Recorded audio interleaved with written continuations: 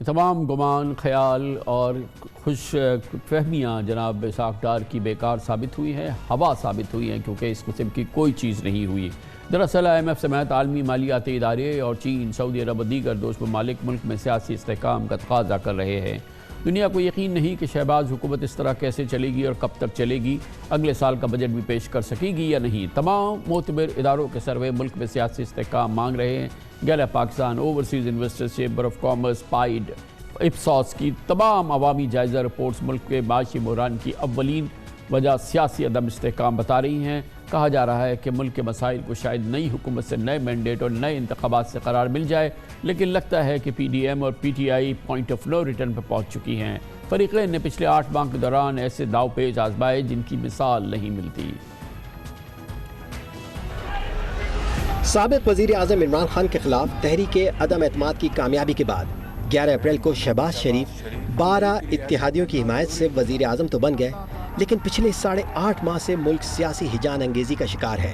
اقتدار سے محرومی کے بعد PTI نے فوری طور پر قومی اسمبلی سے اجتماعی استعفے دیے اور عمران خان نے امپورٹڈ حکومت نامنظور کے عنوان سے جارحانہ تحریک کا آغاز کر رکھا ہے، جس میں انہوں نے PDM اور سابق army chief general Qamar Javed Bajwa مخالف بیانیہ بھی تشکیل دیا۔ اپنی مزاحمتی تحریک کے دوران عمران خان نے 2 بار اسلام آباد لانگ مارچ بھی کیا، 30 سے زائد ریلیاں نکالی، جلسے کیے اور مقامی اور بین الاقوامی نیوز چینلز کو درجنوں انٹرویوز دیے۔ حقیقی آزادی مارچ کے نام سے اپنے دوسرے لانگ مارچ میں عمران خان پر قاتلانہ حملہ بھی ہوا، جس میں وہ بال بچ گئے، لیکن وہ مسلسل شہباز حکومت پر قبل از وقت الیکشن کے لیے دباؤ بڑھا رہے ہیں، اور نتیجتاً اس سے عمران خان کی عوامی مقبولیت میں دن بدن اضافہ ہو رہا ہے۔ PTI قومی اسمبلی کی 123 نشستوں سے مستعفی ہونے کا معاملہ ایک معمہ بنا ہوا ہے۔ PTI اراکین کی غیر موجودگی کی وجہ سے پچھلے 8 ماہ سے پارلیمنٹ فعال اپوزیشن سے محروم ہے، لیکن یہ بھی حقیقت ہے کہ عمران خان اپنے دیرینہ مطالبات میں کوئی بھی مطالبہ منوانے میں بظاہر کامیاب نہیں ہو سکے ہیں۔ لانگ مارچ سے مقاصد حاصل نہ ہونے کے بعد عمران خان نے پنجاب اور خیبر پختونخوا اسمبلیاں تحلیل کرنے کا اعلان کیا، لیکن فی الحال یہ معاملہ 11 جنوری تک مؤخر ہو چکا ہے۔ اہم بات یہ ہے کہ وفاق کی طرح 12 کروڑ آبادی والے صوبے پنجاب کی سیاست بھی پچھلے 8 ماہ سے سیاسی افراتفری اور آئینی بحران کا شکار ہے۔ پنجاب اسمبلی میں 186 اراکین کی اکثریت ظاہر کرنا فریقین کے لیے ایک چیلنج بنا ہوا ہے۔ پچھلے 8 ماہ سے سارا پاکستان پنجاب میں جاری سیاسی و قانونی تماشا دیکھ رہا ہے۔ پچھلے 8 ماہ میں صوبہ پنجاب 3 گورنر، 3 وزرائے اعلیٰ اور 3 اسپیکرز دیکھ چکا ہے۔ وزارت اعلیٰ کی کرسی میوزیکل چیئر بنی ہوئی ہے، جس پر 5ویں بار چودھری پرویز الہی براجمان ہیں۔ وزیر اعلیٰ بزدار حمزہ شہباز اور پرویز الہی، جبکہ گورنر چودھری سرور، عمر سرفراز چیمہ اور بلیغ الرحمان اس ہیجانی کیفیت کے مرکزی کردار رہے ہیں۔ ہر بار سپریم کورٹ یا لاہور ہائی کورٹ کو فیصلہ کرنا پڑتا ہے۔ ایک بار پھر مشن پنجاب پر PTI اور نون لیگ کی قانونی ٹیموں نے آئینی اور قانونی داؤ پیچ استعمال کرنا شروع کر دیے ہیں۔ اس وقت پاکستان کو نہ صرف معاشی اور سیاسی بحران کا سامنا ہے، بلکہ ملک میں سیکیورٹی کے نئے خطرات بھی جنم لے رہے ہیں۔ بلوچستان اور KP ایک بار پھر دہشت گردی کے نرغے میں ہیں اور سیکیورٹی فورسز کے اہلکار TTP اور کالعدم تنظیموں کے نشانے پہ ہیں۔ بتایا گیا ہے کہ دہشت گردی کی حالیہ لہر کے پیچھے جن دہشت گردوں کا ہاتھ ہے، ان کے ٹھکانے افغانستان میں ہی ہیں۔ منڈلانا شروع ہو گئے ہیں۔ صرف 25 دسمبر کو بلوچستان کے 4 مختلف علاقوں کاہان، ژوب، چمن اور تربت میں دہشت گردی کے واقعات ہوئے، جن میں مادر وطن کا دفاع کرتے ہوئے سیکیورٹی فورسز کے 1 افسر سمیت 11 جوان شہید ہو گئے۔ ان حملوں کے اگلے ہی روز اسلام آباد میں خودکش کار بم دھماکہ ہوا۔ اس سے قبل بنوں میں CTD آفس میں اہلکاروں سے اسلحہ چھین کر انہیں یرغمال بنایا گیا تھا، اور اس آپریشن میں 3 سیکیورٹی اہلکار شہید ہوئے، جبکہ نوشیرہ میں کالعدم TTP کے دہشت گردوں نے پولیس وین پر فائرنگ کر کے 3 اہلکاروں کو شہید کر دیا تھا۔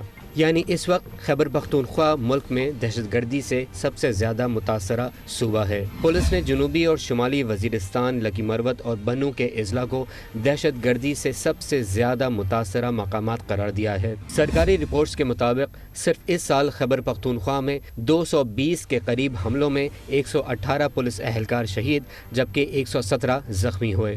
تشویشناک بات یہ بھی ہے کہ بظاہر افغان طالبان کی جانب سے کالعدم ٹی ٹی پی کو پاکستان میں حملوں سے باز رکھنے کی کوئی کوشش نظر نہیں آ رہی ہے۔ 28 نومبر کو ایک اعلامیہ کے ذریعے کالعدم تحریک طالبان پاکستان نے حکومت کے ساتھ یک طرفہ جنگ بندی ختم کرنے کا اعلان کیا، جس کے بعد سیکیورٹی فورسز پر حملوں میں اضافہ دیکھا جا رہا ہے۔ بہرحال ریاست پاکستان دہشت گردی کا خلوخما کرنے اور ہر حال میں ریاستی علمداری قائم کرنے کے لیے پرعزم ہے۔ آرمی چیف جنرل عاصم سر منیر کی سربراہی میں کل اور پرسوں پہلی کور کمانڈرز کانفرنس ہوئی، جبکہ وزیر اعظم شہباز شریف نے سیکیورٹی معاملات پر قومی سلامتی کمیٹی کا اجلاس بلایا ہے۔ گویا ملک میں دہشت گردی کے بڑھتے خطرات کے پس منظر میں سیاسی اور عسکری قیادت، اسٹریٹجک پالیسی اور نئے معاملات کے حوالے سے نئے زمانے کے لحاظ سے ایک نیا روڈ میپ تشکیل دینے کی کوشش کر رہی ہے۔ اس موضوع پر بات کرتے ہیں اور اس کے لیے ہم نے جوائن کیا ہے پاکستان کے نامور سینئر صحافی، مصنف ایڈیٹر جناب زاہد حسین ہمارے ساتھ موجود ہیں۔ بہت بہت شکریہ زاہد صاحب۔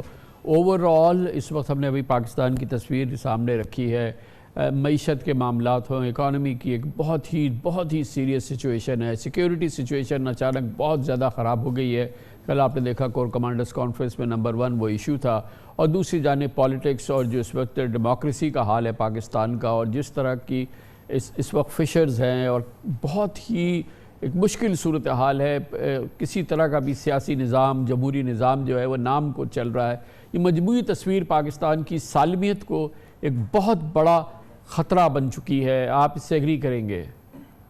بالکل کامران، اصل میں بات یہی ہے کہ اس وقت پاکستان میں کئی چیلنجز کا سامنا کرنا پڑ رہا ہے۔ نہ صرف یہ کہ آپ کی معاشیات جو ہے وہ تو بالکل ہی مطلب ایک لحاظ سے جو ہم کہہ سکتے ہیں کہ ڈیفالٹ کی سا ہے، حالانکہ ہمارے وزیر خزانہ کا کہنا کچھ اور ہے، لیکن جو صورتحال نظر آتی ہے وہ اگر فرض کیجئے تھوڑی دیر کے لیے ہم اس سے نکل بھی آئیں تو اس کا مطلب یہ ہے کہ بحران جو ہے، معاشی بحران جو ہے وہ ختم نہیں ہوگا، اور اس میں جو اور زیادہ جو خرابی پیدا ہو رہی ہے وہ یہ کہ آپ کی سیاسی جو ایک لحاظ سے آیا بحران ہے، اس وقت کشمکش جاری ہے، جو ایک کنفرنٹیشنسٹ پالیٹکس چل رہی ہے، اس نے اور زیادہ اس چیز کو نقصان پہنچایا ہے۔ لیکن ایک اور جو مسئلہ ہمارے سامنے جس کا ذکر آپ نے کیا کہ کئی سالوں کے بعد دوبارہ جو ہے یہاں پہ ٹیررزم جو ہے وہ پھر سے جو ہے اس نے اپنا سر ابھارا ہے، اور یہ بہت ہی خطرناک صورتحال ہے۔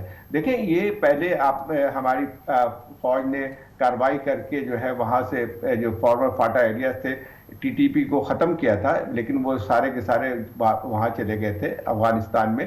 وہ سب کے سب لگتا یہ کہ دوبارہ ری آرگنائز ہوئے ہیں اور آج پھر پاکستان کے لیے بہت بڑا خطرہ بن کے آئے ہیں۔ اس وقت دیکھیں، اس وقت صرف خیبر پختونخوا میں نہیں، اب اسلام آباد میں جو واقعہ ہوتا ہے اس سے ظاہر ہوتا ہے کہ ان کی ٹی ٹی پی کی جو اب آرگنائزیشن ہے وہ زیادہ یعنی ہر جگہ پھیل رہی ہے، اور اس کے ساتھ ساتھ جو اور زیادہ جو ہے جو ہم پریشان کن صورتحال ہے وہ یہ ہے کہ جو خبریں آ رہی ہیں کہ بلوچ سیپریٹسٹ گروپ کچھ جو ہے ان میں سے اور ٹی ٹی پی کے درمیان کوئی ایک لحاظ سے جو ٹیکٹیکل جو الائنس بھی بن کے آیا ہے، اور اسی وجہ سے ہم دیکھتے ہیں کہ بلوچستان میں اس قسم کے کئی واقعات دہشت گردی کے ہوئے ہیں۔ تو میں سمجھتا ہوں کہ اس وقت پاکستان کو جن بحرانات کا شکار ہے اس واقعہ ہے، تو یہ کس بات کا تقاضا کرتا ہے زاہد صاحب؟ یہ جو معیشت کی تباہی ہے، جو نیا خطرناک کیفیت پیدا ہو گئی ہے دہشت گردی کے حوالے سے، پھر جو جمہوریت، سیاست اور پارلیمنٹ کا جو حال ہے، آپ کو پتہ ہے کہ نام کو ایگزسٹ کر رہی ہے پارلیمنٹ اس وقت اسلام آباد میں، پنجاب کی صورتحال تباہی کی ہے،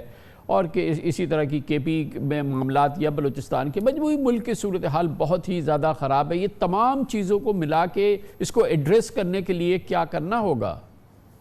دیکھیں، ایک تو سب سے بڑی بات یہ ہے کہ پہلے تمام سیاسی جماعتوں کو ایک بات پہ کم از کم ایک پلیٹ فارم پہ آنا پڑے گا کہ یہاں پہ جو صورتحال ہے وہ کسی ایک پارٹی کے بس کی بات نہیں ہے۔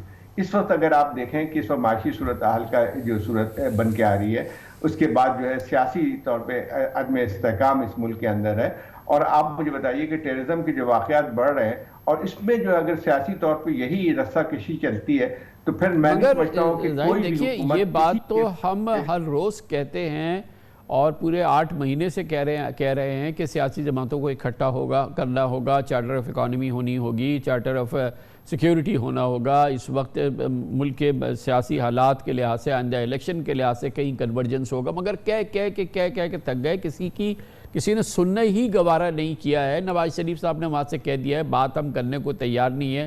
اس سے پہلے عمران خان صاحب کہتے تھے ان تمام اپوزیشن پارٹیز کو کہ وہ ڈاکو ہیں ان سے بات نہیں کریں گے. اب وہ بات کرنے کو تیار ہیں تو اب وہ سامنے والے بات کرنے کو تیار نہیں ہے. یہ اب ہم کہہ کے تھک گئے. اگر یہ نہیں باتیں کرتی یہ سیاسی جماعتیں, نہیں ملنے کے لیے تیار, نہیں کسی کنورجنس کے لیے تیار, تو پھر کیا کریں؟